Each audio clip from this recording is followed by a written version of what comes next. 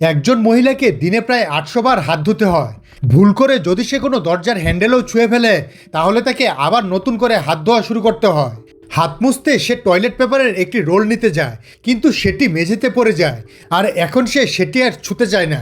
তাই দ্রুত কয়েকটি কাগজ ছিঁড়ে নেয়, সেগুলো দিয়ে হাত শুকিয়ে একই কাগজ ব্যবহার করে কলটি বন্ধ করে দেয়। বাকি কাগজগুলো টয়লেটে ফেলে দেয়।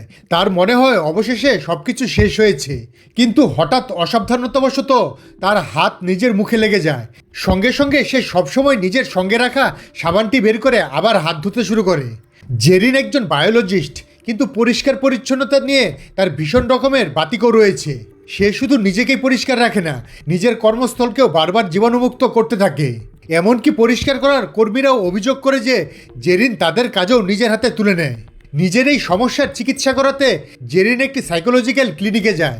সেখানে বিভিন্ন ধরনের সমস্যায় ভোগা আরও কয়েকজন রোগী ছিল। হঠাৎ তাদের মধ্যে একজন অসাবধানতাবশত জেরিনের চুলে হাত দিয়ে ফেলে।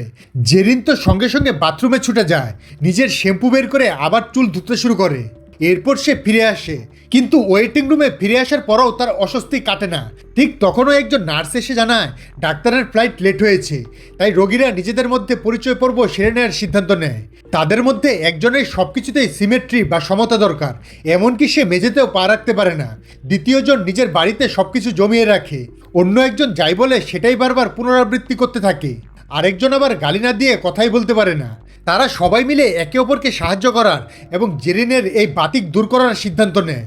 তারা জেরিনকে একটি পাবলিক বাথরুমের নোংরা সিঙ্ক স্পর্শ করতে বলে, কিন্তু সিঙ্কটি এতটাই নোংরা ছিল যে জেরিন শেষ পর্যন্ত হাল ছেড়ে দিতে চায়। তখন একজন লোক তার হাত ধরে বারবার সিঙ্কের উপর লাগাতে থাকে। জেরিনের কাছে বিষয়টি একেবারেই অসহ্য হয়ে ওঠে। সে লোকটিকে থামতে বলে, কিন্তু সে থামে না। অবশেষে বিরক্ত ও অসহায় হয়ে জেরিন তাকে একটি চড় মেরে বসে, আর এভাবেই তাদের থেরাপি ব্যর্থ হয়ে যায়।